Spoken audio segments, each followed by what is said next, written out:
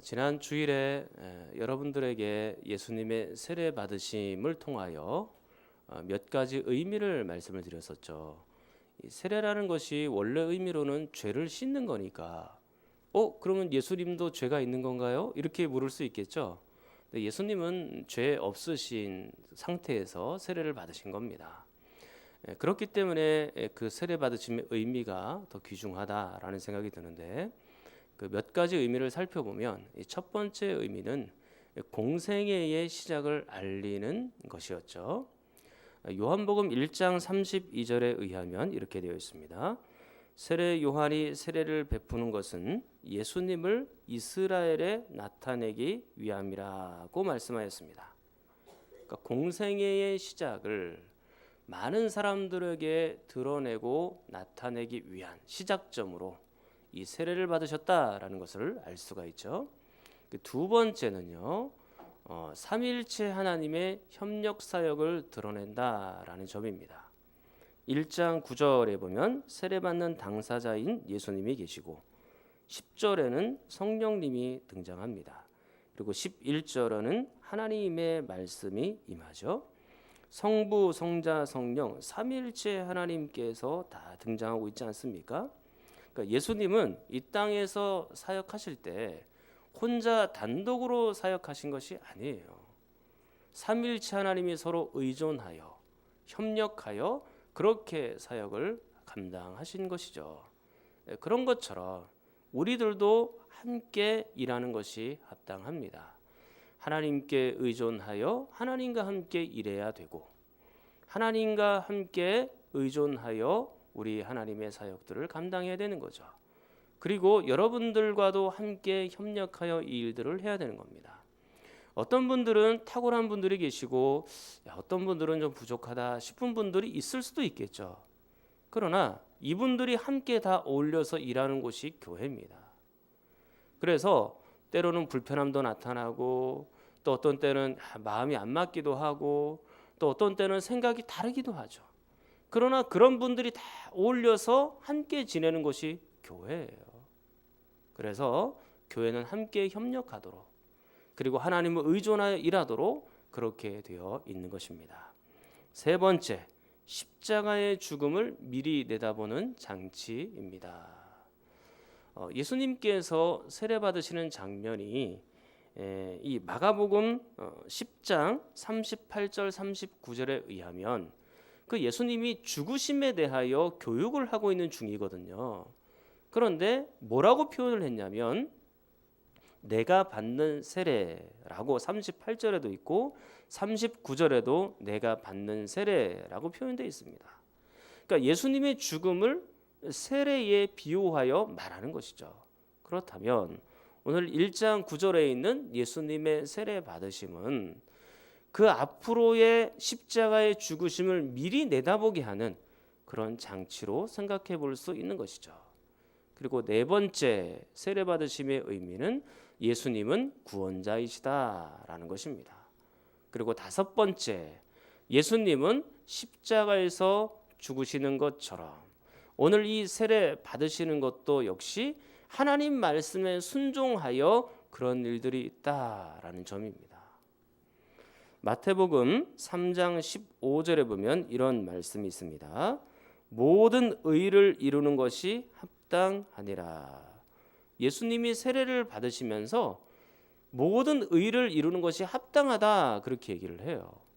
이것은 하나님의 뜻이고 하나님의 말씀에 순종하는 것이 너무나 합당한 것이다. 그렇게 주석할 수 있습니다.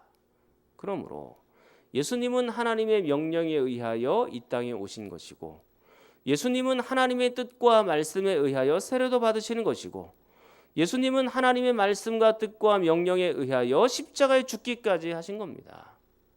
예수님의 최대의 지상의 목표는 하나님 말씀의 순종이에요.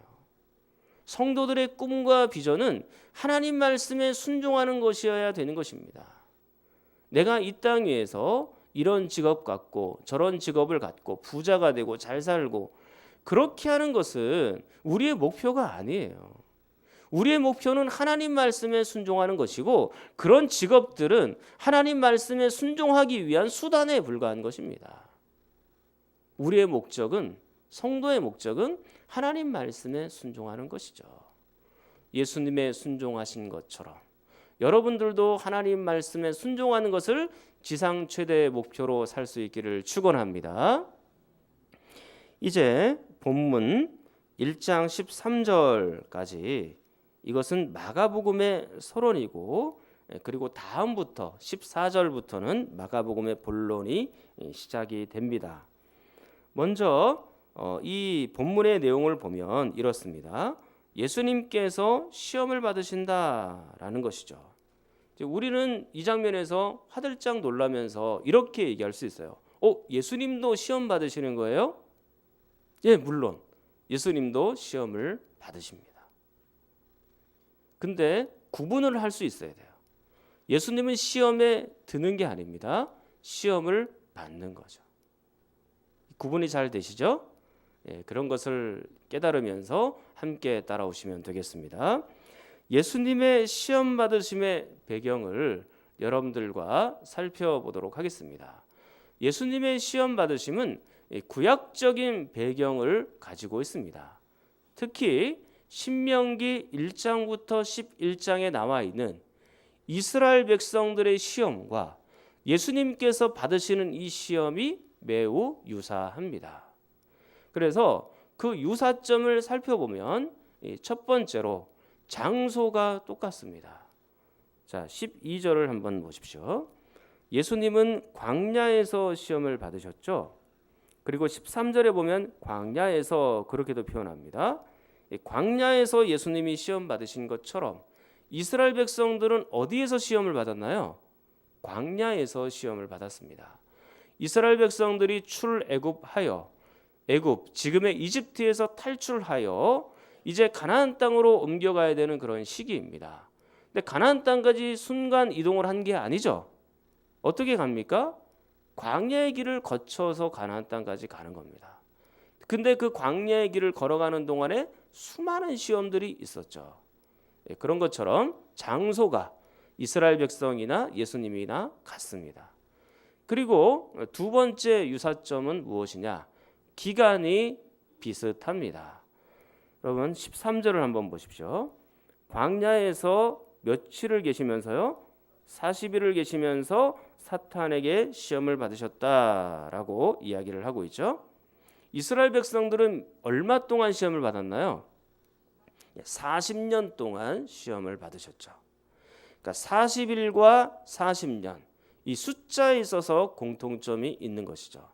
그래서 예수님께서 40일 동안 시험 받으신 것은 이스라엘 백성들이 40년 동안 시험 받는 것을 지금 우리에게 반영하여 축소하여 그렇게 보여주고 있다라는 점입니다. 장소와 기간이 동일해요. 자, 그리고 세 번째 유사점이 있습니다. 그것은 다른 복음서의 인용 구절이 이 신명기 6장, 7장, 8장에 있는 말씀과 동일합니다. 그러니까 다른 복음서 마태복음이나 누가복음에 이 예수님께서 시험 받으셨다라는 장면들이 등장하거든요. 근데 거기에 보면 예수님께서 시험 받으실 때 그것을 이겨낼 때 모습을 보면 그 인용된 말씀들이 전부 다 신명기에 있는 말씀들이에요. 그러니까 그 신명기에 있는 말씀을 반영하여 지금 예수님이 이 시험을 받으시고 계시다라는 걸 볼 수 있는 것이죠. 자, 한번 찾아볼까요? 마태복음 4장입니다. 신약성경 제일 앞에 나와 있는 성경입니다. 마태복음 4장 1절을 먼저 보겠습니다. 마태복음 4장 1절.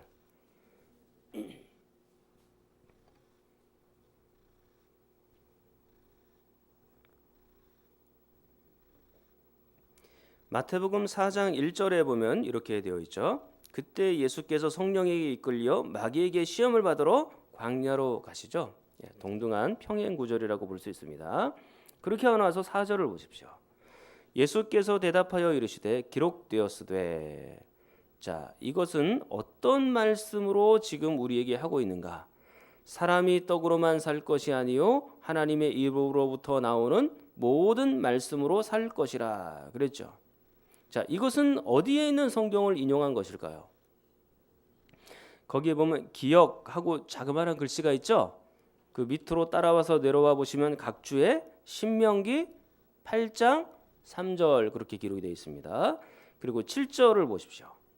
예수께서 이르시되 또 기록되었으되 디귿 주 너의 하나님을 시험하지 말라 하였느니라. 디귿을 따라와서 각 주에 보시면 어디 뭐라고 되어 있습니까? 신명기 6장 16절 또 10절을 보십시오. 이에 예수께서 말씀하시되 사탄아 물러가라 기록되었으되 리을 주 너의 하나님께 경배하고 다만 그를 섬기라 하였느니라. 리을 밑으로 따라와서 내려와 보시니까 뭐라고 되어 있습니까? 신명기 6장 13절. 전부 신명기에 있는 말씀을 인용하여 말씀하고 계시죠. 누가복음에서도 역시 동일합니다. 자, 누가복음으로 한번 가서 보겠습니다. 마가복음 다음에 있는 성경이니까요. 자, 누가복음 4장 1절. 누가복음 4장 1절입니다.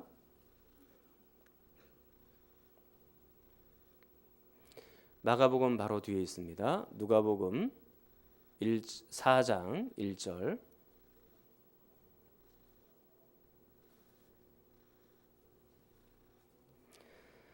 자, 4장 1절에 보면 예수께서 성령의 충만함을 입어 요단강에서 돌아오사 광야에서 40일 동안 성령에게 이끌리시며 시험을 받는 겁니다. 자, 근데 예수님께서 4절에 보면 이렇게 대답하십니다. 기록된 바 기억되어 있죠. 사람이 떡으로만 살 것이 아니라. 자, 밑으로 내려와서 보시면 뭐라고 되어 있습니까? 신명기 8장 3절. 자, 그리고 8절 말씀을 보십시오. 예수께서 대답하여 이르시되 기록된 바 하고 니은 표시가 되어 있죠. 어떤 말씀입니까? 신명기 6장 13절 그리고 12절을 보십시오. 예수께서 대답하여 이르시되 리을 그렇게 되어 있고 말씀을 하시고 그 말씀은 어디에 기록되어 있는 말씀인가요? 신명기 6장 16절 말씀에 기록되어 있는 겁니다. 그러니까 전부 신명기에 있는 말씀만 인용하고 있지 않습니까? 그렇다면 예수님의 이 시험 받으심은 신명기에 있는 시험 받음을 반영하여 우리에게 보여주고 있는 말씀인 것이죠. 그리고 네 번째로 예수님의 시험과 이스라엘 백성들의 시험의 공통점, 유사점이 있습니다. 그것은 둘 다 하나님의 아들로서 시험 받고 있다라는 점입니다. 마가복음 1장 1절은 어떻게 시작하나요? 하나님의 아들 예수 그리스도의 복음의 시작이라. 하나님의 아들이라고 되어 있죠. 그리고 1장 11절에는 뭐라고 되어 있습니까? 하나님께서 너는 내 사랑하는 아들이라고 말하죠. 시험 받을 때도 하나님의 아들로서 시험을 받는 겁니다. 뿐만 아니라 신명기 1장 31절을 보시면 이렇게 되어 있습니다. 광야에서도 너희가 당하였거니와 사람이 자기의 아들을 안는 것 같이 너희의 하나님 여호와께서 너희가 걸어온 길에서 너희를 안으사 이곳까지 이르게 하셨느니라 그랬습니다. 이스라엘 백성들이 광야에서 시험을 받을 때 하나님께서 아들을 안는 것 같이 너희를 안았다라고 표현하고 있지 않습니까? 그러니까 이스라엘 백성들이 하나님의 아들로서 시험을 받고 있는 것이죠. 그런 것처럼 예수 그리스도께서도 하나님의 아들로서 시험을 받고 있는 것입니다. 그러므로 이 같은 네 가지 점들을 살펴보았을 때 신명기에 있는 말씀을 기본으로 하여 배경으로 하여 지금 그것을 반영하여 예수님께서 시험을 받으시고 매우 유사한 점이 많고 공통점이 많다라는 것을 볼 수가 있는 것이죠. 그런데 다른 게 있어요. 뭐가 다를까요? 이스라엘 백성들은 시험에 실패하였고 예수님은 성공하였습니다. 이스라엘 백성들은 시험에 든 사람들이고 예수님은 시험에 들지 않았습니다. 시험은 계속해서 다가오지만 그러나 시험에 든 사람들이 있었고 예수님은 시험에 들지 않은 분이었죠. 이게 결정적인 차이점입니다. 그렇다면 예수님의 세례 받으심의 의미가 무엇일까요? 특별히 성도들도 이 시험을 받지 않습니까? 그럼 예수님의 시험과 이 사람의 시험을 함께 동시에 머릿속으로 떠올리면서 어떤 관련이 있는지를 한번 생각해 보고자 하는 것입니다. 예수님의 첫 번째 그 시험 받으심의 의미는 성령께서 이끌림이었고 성령께서 그분을 이끄셨고 그리고 사단에게 동시에 시험을 받으셨다라는 점입니다. 자, 마가복음 1장으로 다시 한번 넘어오시면 12절에 성령이 곧 예수를 광야로 몰아내신지라 그랬죠. 그러니까 이 시험은 성령께서 주도하고 계시구나라는 걸 알 수 있습니다. 그리고 13절 말씀을 보시면 광야에서 40일을 계시면서 사단에게 시험 받으셨다라고 말씀하죠. 누구에게 시험 받은 겁니까? 성령께 시험 받은 게 아니고 사단에게 시험을 받으셨다라고 지금 말씀하고 있는 것이죠. 그러니까 지금 이 시험은 성령께서 예수님을 광야로 몰아내신 다음에 그 다음에 사단이 시험하고 있는 그런 형국인 것입니다. 여기서 그러면 하나의 질문이 생길 수 있어요. 하나님의 시험과 사단의 시험, 이 뭐가 어떻게 구별을 할 수 있나요? 그런 질문이 생길 수 있겠죠. 여러분들이 잘 아시는 것처럼 시험에는 두 가지 종류가 있습니다. 하나님의 시험이 있고 사단의 시험이 있죠. 이 하나님의 시험은 연단이라고 표현하기도 하고 이 테스트라고 표현하기도 합니다. 그래서 우리의 믿음을 강력하게 강화시키는 그런 연단이 있고 테스트가 있죠. 그리고 사단이 하는 시험은 무엇입니까? 템테이션이라고 하고 유혹이라고 하는 것입니다. 사람들을 유혹하여 하나님에게서 멀리하게 만들고 신앙을 떨어뜨리게 만드는 그런 유혹들이 있는 것이죠. 대표적인 것이 아담과 하와를 향한 유혹입니다. 사단이 아담과 하와에게 나타나서 거짓말로 템테이션하였죠. 유혹하였죠. 그래서 이 아담과 하와를 넘어뜨리고 하나님과 멀어지게 만들고 모든 인류가 죄악 가운데 거하도록 그렇게 사단이 유혹을 했던 것입니다.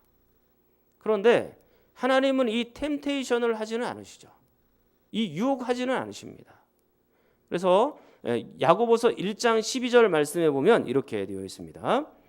사람이 시험을 받을 때에 내가 하나님께 시험을 받는다 하지 말지니 하나님은 악에게 시험을 받지도 아니하시고 친히 아무도 시험하지 아니하시느니라 그렇게 말씀합니다.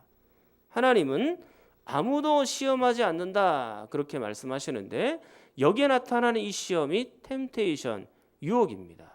하나님은 유혹하지 않죠. 템테이션 하지 않습니다. 다만 테스트를 할 뿐입니다. 그렇기 때문에 보통 우리가 이렇게 말을 합니다. 나 시험 들었어. 뭐 이런 얘기들 많이 하지 않습니까? 그 시험에 든 것은 우리의 연약함 때문에 시험에 든 거예요. 하나님이 잘못하셔서 그런 것이 아닙니다.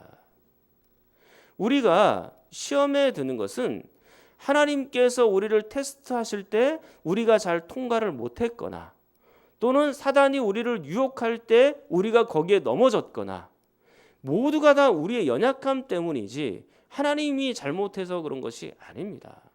그렇기 때문에 이 시험들이 다가올 때는 하나님께 대하여 원망하는 자세를 취하면 안 되는 것입니다. 분명한 게 있습니다. 우리에게 이런 테스트가 다가오든지 템테이션이 오든지 이 모든 것들은 오히려 우리를 유익하게 만들 수 있습니다. 잘만 견디면. 테스트는 오히려 하나님께서 우리를 강하고 단단하게 만들어주시는 하나의 과정이죠. 그러나 사단이 우리를 템테이션 한다 할지라도 우리는 그 모든 것들을 다 이길 수 있다라고 하는 그 믿음의 의지의 표현이 그 가운데 나타날 수 있는 것입니다. 이 두 가지를 구별하기가 상당히 어렵고 애매할 때가 많습니다. 무엇이 테스트인지 무엇이 템테이션인지 모를 때가 사실은 많죠. 예를 들면 우리의 몸이 좀 아파요. 이 테스트예요, 템테이션이에요. 이 구별이 잘 안 될 때가 있거든요. 그리고 우리의 자녀들이 일들이 좀 안 풀립니다. 그러면 이 테스트예요, 템테이션이에요. 잘 구별이 안 될 때가 있죠. 그러나 이렇든지 저렇든지 어떤 것이든지 우리의 믿음과 신앙은 하나님을 향하여 올바르게 전진할 수 있는 그런 신앙이 되어야 된다라는 점에서는 동일한 것입니다. 자, 이제 두 번째, 예수님의 시험 받으심의 의미는 예수님이 당한 시험은 곧 내가 받는 시험이다라는 것입니다. 마태복음 4장에 의하면 이미 우리가 보셨지만 예수님은 세 개의 시험을 받으셨죠. 어떤 시험을 받으셨냐면 먹는 것으로서, 그리고 하나님의 보호하심과 인도하심을 의심하게 함으로써, 그리고 인간의 탐욕에 대한 시험을 각각 받으셨습니다. 이것은 인간이 받을 수 있는 가장 대표적인 시험 중에 하나예요. 먹고 사는 문제. 그것만큼 참 위급한 시험들이 어디 있습니까? 그리고 하나님을 의심하게 만들죠. 하나님의 존재에 대해서. 그리고 인간이 자꾸 탐욕스럽게 가지고 있음에도 불구하고 더 많은 것을 가지려고 애를 쓰고 노력하죠. 이런 것들이 예수님이 받는 시험과 우리가 받는 시험이 거의 동등하다라는 점입니다. 예수님이 육체를 가지고 계시기 때문에 시험 받으실 수밖에 없는 거예요. 예수님이 육체를 가시는 동안에는 계속해서 시험에 받을 수밖에 없죠. 마찬가지로 우리도 이 땅에 살아가는 동안에 육체를 가지고 있다면 당연히 시험에 들 수밖에 없는, 시험을 받을 수밖에 없는 그런 존재다라는 점입니다. 이런 점에서 공통점이 있습니다. 그리고 세 번째, 예수님의 시험 받으심의 의미는 예수님의 생애에서 계속 반복된다. 그 예수님의 시험의 반복처럼 우리에게도 그 시험은 계속하여 반복이 됩니다. 라는 점이에요. 한 번으로 끝나면 얼마나 좋겠어요.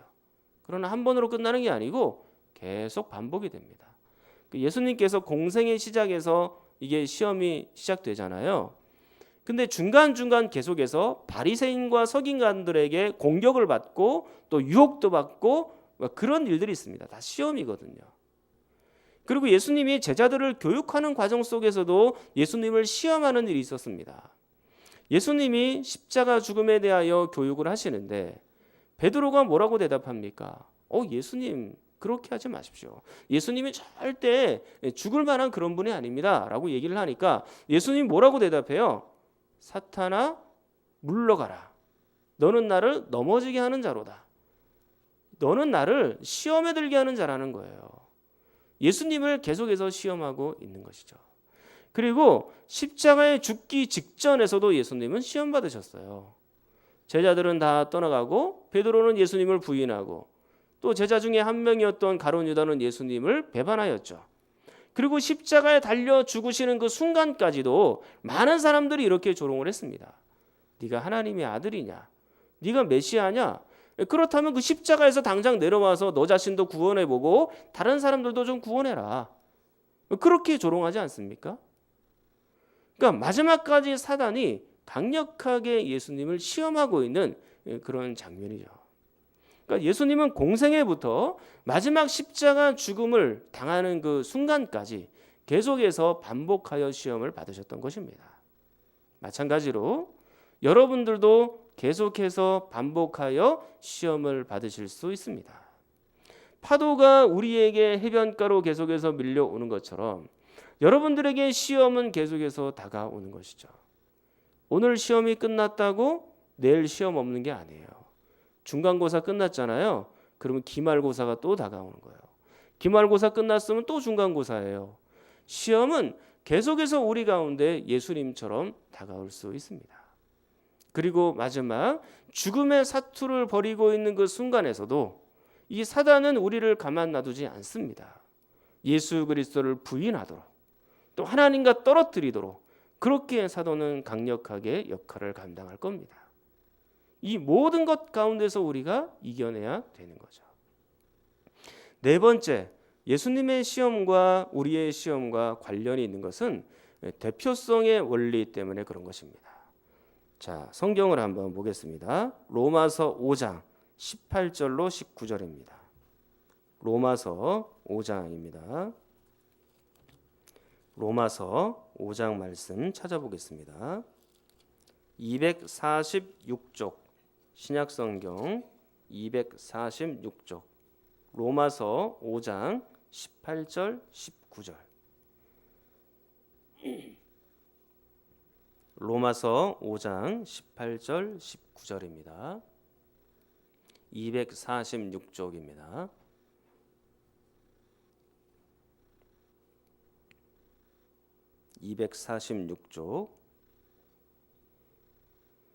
자, 18절은 제가 읽고 19절은 여러분이 읽겠습니다. 그런즉 한 범죄로 많은 사람이 정죄에 이른 것 같이 한 의로운 행위로 말미암아 많은 사람이 의롭다 하심을 받아 생명에 이르렀느니라.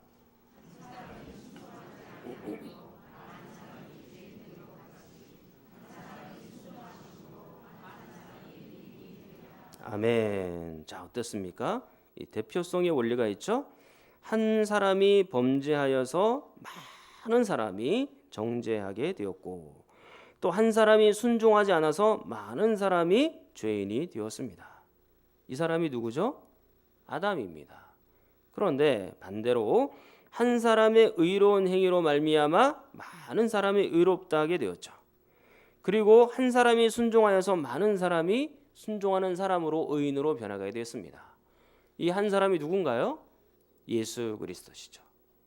그러니까 아담이 불순종하여 많은 사람이 불순종하였고, 또 예수님께서 순종하여 수많은 사람들이 순종하게 된 것처럼 이런 대표성의 원리가 있는 것인데, 예수님이 시험에 승리하신 것처럼 여러분들도 이 시험에서 승리하게 될 줄 믿습니다. 이 대표성의 원리예요. 예수님이 승리하셨으므로 우리도 승리한다라는 점이죠. 그러면 도대체 어떻게 우리가 승리할 수 있을까요? 구체적으로. 그것은 다음 주에 여러분들과 함께 보도록 하겠습니다. 그래서 오늘 말씀 정리를 여러분들과 함께 해보면, 이 예수님의 시험 받으시면 신명기 1장부터 11장에 나와 있는 구약 성경의 반영이다라고 말씀드릴 수 있겠고, 예수님의 시험 받으심은 어떤 의미가 있나, 또 사람들과 함께 시험 받으심과 연관해 보았을 때 몇 가지를 말씀을 드렸는데, 첫 번째, 예수님은 성령의 이끌림 속에서 동시에 사단에게 시험을 받으셨다라는 것을 알 수가 있죠. 자, 두 번째는 무엇입니까? 예수님이 당한 시험은 곧 내가 당한 시험입니다. 예수님도 시험 받으신 것처럼 우리도 시험 받을 수 있다라는 점이죠. 그리고 세 번째, 그 시험은 한 번으로만 그치는 것이 아니고 계속해서 반복된다라는 점입니다. 그리고 네 번째는 예수님께서 시험에 승리하신 것처럼 우리도 승리할 수 있다라는 점이죠. 사랑하는 성도 여러분, 예수님의 승리처럼 그 승리가 여러분의 것이 되기를 간절히 축원합니다. 한번 통성으로 기도하겠습니다. 하나님 아버지, 예수님도 시험 받으셨다면 우리도 시험을 받는 것이 당연합니다. 그러나 예수님이 시험에서 승리하신 것처럼 우리도 승리케 하여 주시옵소서. 계속된 시험 앞에서도 넘어지지 않고 끝까지 믿음을 지키게 하시고 도리어 믿음을 성장시키는 계기가 되게 하여 주시옵소서. 우리 성경 자녀님과 몸이 아픈 분들을 위하여 함께 기도합니다.